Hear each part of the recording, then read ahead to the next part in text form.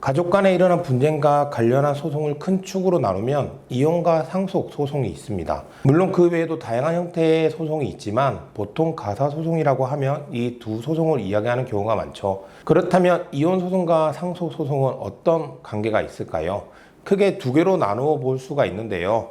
첫 번째, 이혼을 하는 배우자의 입장에서 보면 이혼을 하게 되면 그 배우자 간에는 상속이 일어나지 않게 됩니다. 즉, 우리 민법은 법률상 배우자에게만 상속권을 인정하기 때문에 이혼을 해서 이제 법률상 배우자가 아니게 되면 상속을 받지 못하게 되는 것이죠. 하지만 이러한 점에서 부부가 만약 이혼 소송 중에 있던 중 일방 당사자가 사망을 하게 된다면 그 이혼 소송을 하고 있다 하더라도 법률상 배우자라는 지위에는 변함이 없기 때문에 비록 이혼 소송 중이라 하더라도 그 다른 당사자가 사망한 일방 당사자의 상속인이 된다는 점은 유의하셔야 됩니다.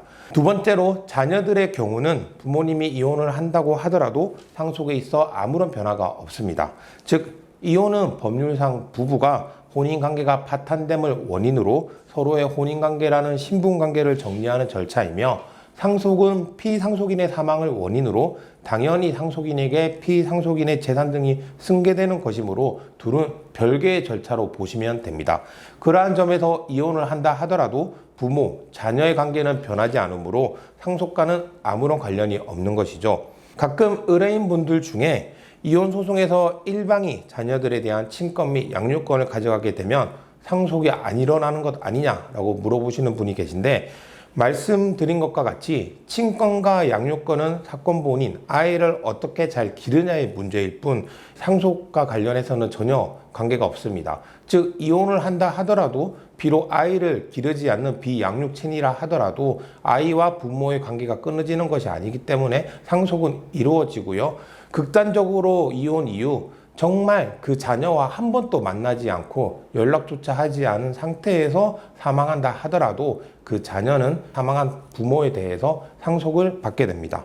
다만 2024년 4월 25일 내려진 헌법재판소 결정에 따르면 폐륜적 상속인에 대한 유류분 상실 사유, 기여 상속인에 대한 유류분에 있어서의 기여분 규정의 준용 등이 개정될 예정이라 이혼 이후 전혀 부모님과 연락을 하지 않고 즉 연을 끊고 산 자녀가 있다면 그 상속분 또는 유류분에 있어서는 변화가 생길 수도 있습니다. 요즘은 재혼 가정도 많은데요. 재혼 가정의 상속관계를 보시면 아버지와 어머니가 재혼을 한 경우 이 아버지의 전혼에서 태어난 A 자녀와 새어머니 병은 아무런 친자관계가 없기 때문에 만약 새어머니 병이 사망하게 된다면 이 판에서 상속인은 아버지 그리고 자녀 B, 새어머니의 전혼의 자녀인 C가 상속인이 될 뿐 A는 상속인이 될 수 없습니다. 반대로 얘기해서 새어머니의 전혼 자녀인 C는 아버지인 을에 대해서는 상속권이 없게 되는 것이죠.